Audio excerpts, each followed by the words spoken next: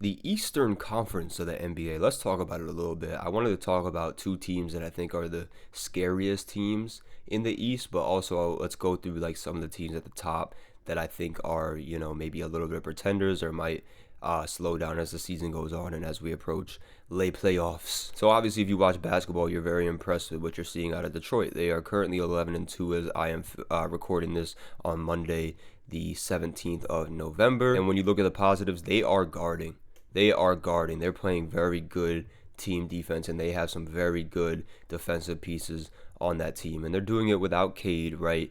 And offensively, without Cade, they're playing, team basketball. And I think sometimes in regular season, actually losing your best player can sometimes be a benefit because you just play, again, more team basketball. It's selfless basketball. It's not one guy. And sometimes that can benefit you in regular season basketball, but only regular season and really only in early games. If you can get up on teams and then obviously you trust your defense, then yeah, that can work. And let's just clear this out the way. Cade is him. He's that guy. He is one of them ones, and a big reason, obviously the main reason why they have been playing so well, even with him not being in the lineup the last few games. Cade is a dog. He is one of them ones. There are no holes in his offensive game. He is one of those guys that can just single-handedly take over a game. But when we're talking about playoffs and contending for a championship, I just still think he needs some more offensive help. He's going to need some more offensive help down the line. There's still a piece or two away from really being a true contender. Again, they are playing phenomenal defense, and that is a huge start and a huge part of what their identity is going to be, and they need to keep that no matter what. So if you can find a way to get some more offensive help for Cade while keeping your defensive pieces, that would be huge for Detroit. And now we're talking about them being one of the scariest teams in the NBA, or in the East rather. Excuse me. Until then, however, I think it's no secret that it's a long season. They're gonna slow down at some point. Every team does that starts off this hot, no matter who you are. But yeah, I just don't think they have the firepower to still obtain that top spot in the East. And then even if they do and are able to get to the playoffs, it's questionable as how efficient their offense is going to be, and if they can solely rely on their defense to win them playoff series. Now, one thing I will say with Detroit is the way that Jalen Duren's playing. He looks like he is blossoming into a borderline star.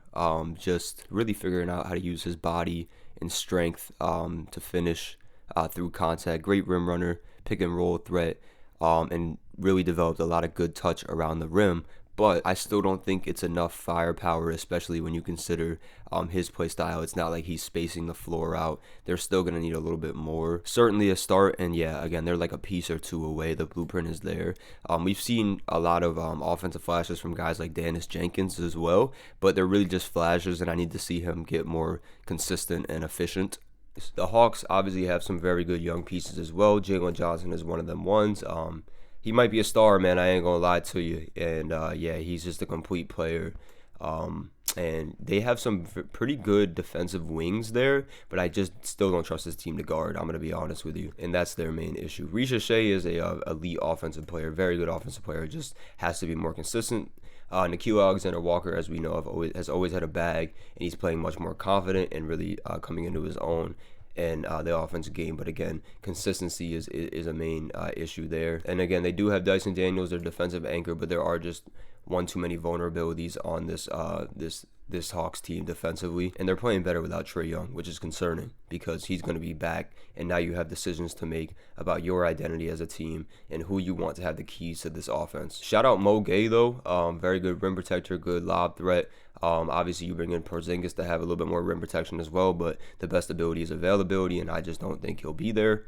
Or no, at least if he'll be there. I hope he is, because I like Porzingis. They definitely still can be better than they have been in previous years and avoid the play-in, but the East is pretty weak. I wouldn't sit here and say that they're going to consistently stay up there, top 3, top 4, and be contenders as the season goes on. Toronto, man, I really like their core. I like the core that they've built. It's kind of a purgatory core, if you ask me, but one thing that we knew was going to happen is that this team was going to guard. They were going to play really good defense, and you've seen that, and they've kind of rode that to their current, I think, 8-5 record, if I'm not mistaken. Brandon Ingram starting to find his rhythm, and that's huge for the Raptors as well. Scotty Barnes still being Scotty Barnes. RJ obviously proved proven that he made a leap last year. And then shout out Jakob Poeltl, man. Career resurgence, playing hella good ball in Toronto, man. But there's two holes with this team that make me question their ability to keep up this level of production, one, but also do anything in the playoffs. And one is that they don't really have a closer. They don't really have like a guy. They have borderline star potential players, right? But they're all like two option guys, if you ask me, right? Who's taking the last shot on this team? When the goings get rough, who's going to go just get you a bucket? To me, yes, Brandon Ingram can do it. It's RJ. I think RJ is probably the most likely. If personally, I would want the ball in RJ's hands in a last second shot situation. But you got to have a closer, especially in the playoffs. Somebody who's going to just say, get out the way, let me get a bucket, or at least create an open shot for one of their guys. And then the other thing is that I just don't trust their bench play. I don't think they're getting consistent enough production. It's been hit or miss. When their bench has been on, they've beaten teams like by a lot, but I don't think that they have enough on their bench to be like on consistently. Shout out Mamu though, another career resurgence.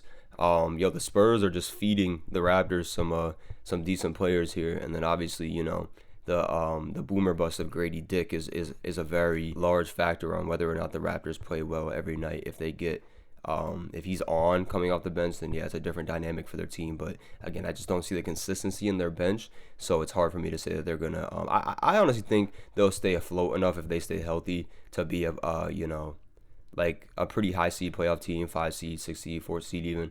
It's just again, in a playoff series, it could get rough for them, but nonetheless, I do like their team, and I'm rooting for them. All right, now let me talk about, to me, the two scariest teams in the East, teams that you should watch out for. Let me preface, I'm not going to talk about the Knicks or the Cavs because everybody expected those teams to be like two of the best teams in the East, right? So we already know what they got, what they're capable of, and yeah, I mean, not much has changed about their rosters. So, yeah, I mean, the Knicks are the Knicks and the Cavs are the Cavs, right? We know how good they are. And this first one might be obvious, but wasn't being said, coming into the season. And that's Philly, man. I mean, it was already a scary thing, like me looking at them being that bad last season because of the talent they had on their roster. Obviously was a little bit injury ridden for them to get as high as a pick, and if they struck on that pick, it would be scary, right, to have this type of core around your stars, and they struck on that pick. VJ has obviously kind of taken a little bit of a step back, but he's still nice. I'm telling you, that boy is cold.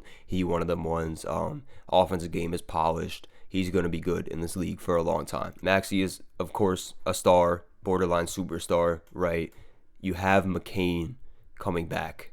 That's a huge part of this all. What a sixth man he would be if he plays remotely close to the way that he was playing before he went down last season. For a team that already looks like they have enough firepower to make a run, between him and the way Quentin Grimes is playing, they have a very dynamic offense. They can shoot the pill. They can get inside and finish. They're loaded, if I could be honest. They're stacked. Again, you let a team with that much talent that shouldn't be in a rebuilding format get a high draft pick the way they did, have a down year. Sometimes it hurts as a fan, for Phillies, for Sixers fans rather, probably watching last season being like, why are we so bad? I mean, let's be honest, y'all sold your soul for the Eagles championship, bro. You gotta take what you can get, but sometimes a reload is the best thing that can happen, and that's exactly what's happening right now. The young pieces that they have been able to bring in are just, they have an amazing young core, and obviously, Embiid is an interesting case because it's fucking Joel Embiid, bro. And Joel Embiid is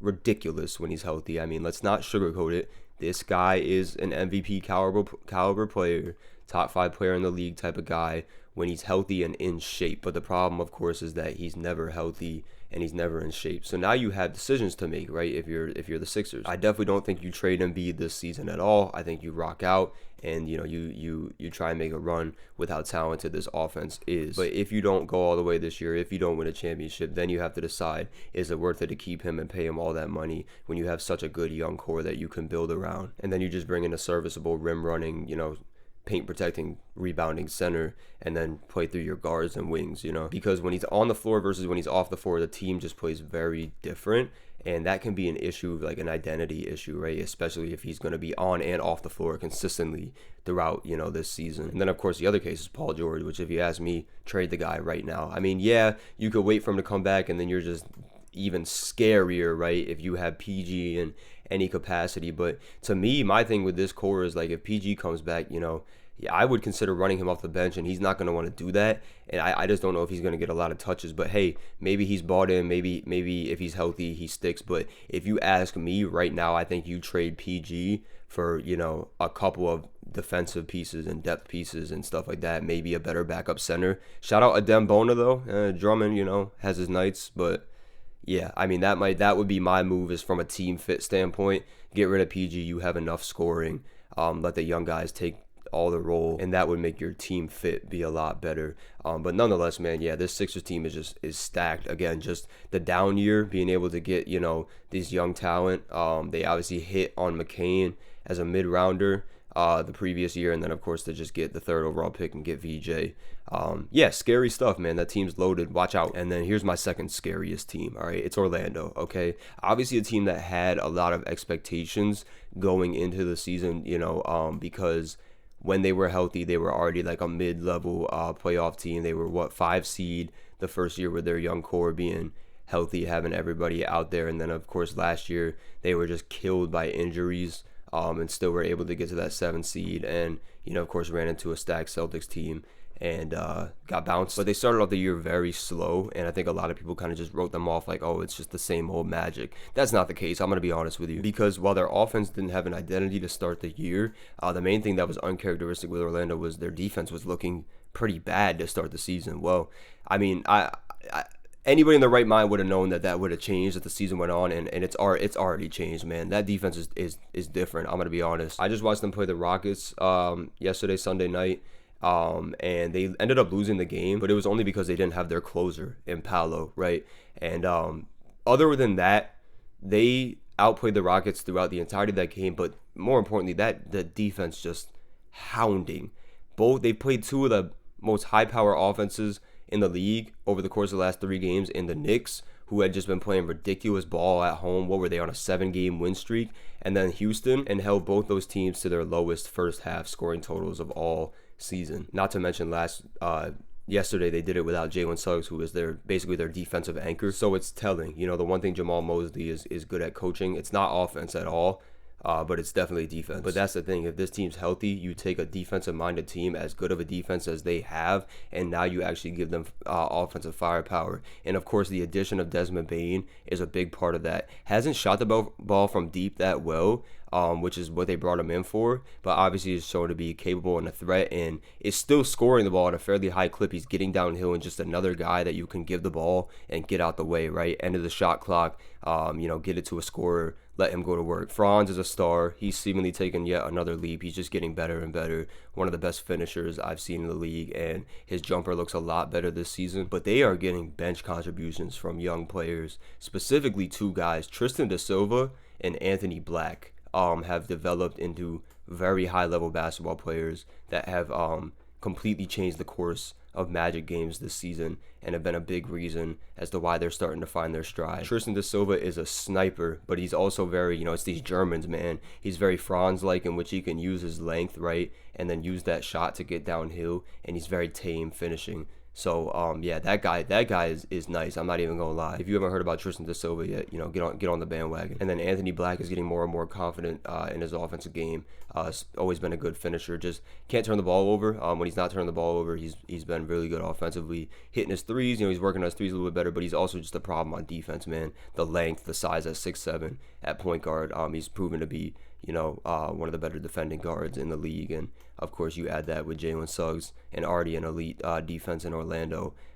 Perfect fit. And yeah, they literally just don't have Paolo right now, who is their closer. I genuinely think there's a world where Franz might now be the best player on the team, but Paolo is still their guy, if that makes sense. He's still, their fourth quarter guy. He's still their guy that, when the goings get rough, yeah, I mean, you're gonna want Paolo in there. Wendell Carter's playing some of the best basketball of his career, some of the best defense, and he's shooting the ball well. And then another scary thing is they also get Mo Wagner back, who, when he was healthy, was one of the most productive bench players in the entire league, and a big part of this dynamic, especially for a team that in years past had a struggling offense, to have a guy who was 12 a game, 60% shooting off the bench, and just an energy guy was huge for them. Hit the 3, got downhill, very talented scorer, great footwork, could do a little bit of everything. And if you watch them play like that Knicks game, I know that was on ESPN. Everybody was probably watching it, if you could even watch it, because ESPN, Disney, whatever, YouTube TV beef, all that's bullshit. They were just a more physical team. I'm not gonna lie. If I were the Knicks, that's a bad matchup in the playoffs. I would not want to run into Orlando in the playoffs. That's a poor matchup for them, because they pride themselves in getting downhill. And one thing that New York doesn't really have is an elite rim protector. I mean, sure, you can point to Mitchell Robinson, but Cat's gonna have to be in the game most of the game, and he's exploitable on the defensive end. And they also exploit young guards. They get young guards to switch onto Wagner and Banchero, and then they just go to work. They baby them. So bad matchup for the Knicks, but that's not the point of this video. I expect them to still be a top 4, top 5 team in the East, and even if they're not, if they make the playoffs, wouldn't want to play that team full strength if they're healthy, because again, you talk about their defensive prowess, but now they actually have offensive weapons all around. And again, it's not just Desmond Bane, it's the bench piece contributions. They can kind of shoot the ball a little bit now. So scary stuff. Just to kind of briefly talk about, a couple other teams. Boston, of course, still has really good pieces, but I actually think they're missing their front court this season more than they're even missing Tatum right now. Yeah, I mean, of course, a big part of the reason is not having Jason Tatum. I'm sure that they would be fine. I'm sure they will be fine. I mean, I don't know if Tatum's going to be back this season at all, maybe for the playoffs, if they can make it in. But yeah, their front court play is not great right now. Please excuse my voice cracking. I'm a 23-year-old man going through puberty. Apparently, for the Bucks, they have Giannis, so they always have a chance. But do they have enough around Giannis? I don't think so. The Heat are an interesting case because I love the Norman Powell addition, and their young players are playing pretty well. But it seems like their defense is taking a bit of a step back. And do they really have a closer? I don't know, maybe. In the Bulls, it was fun while it lasted. Shout out Josh Giddey playing great basketball. Shout out Buzelis, looking like he's going to be a very formidable NBA player for a long time. Good scorer.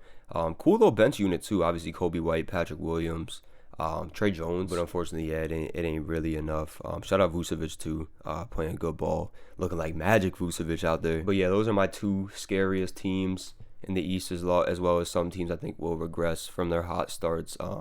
Of course, outside of, like I said, didn't talk about the Knicks or the Cavs because we already know about those teams. Let me know, did I hit it on the nail or am I dumb? And who do y'all think is coming out of the East this year to get clapped by the Thunder?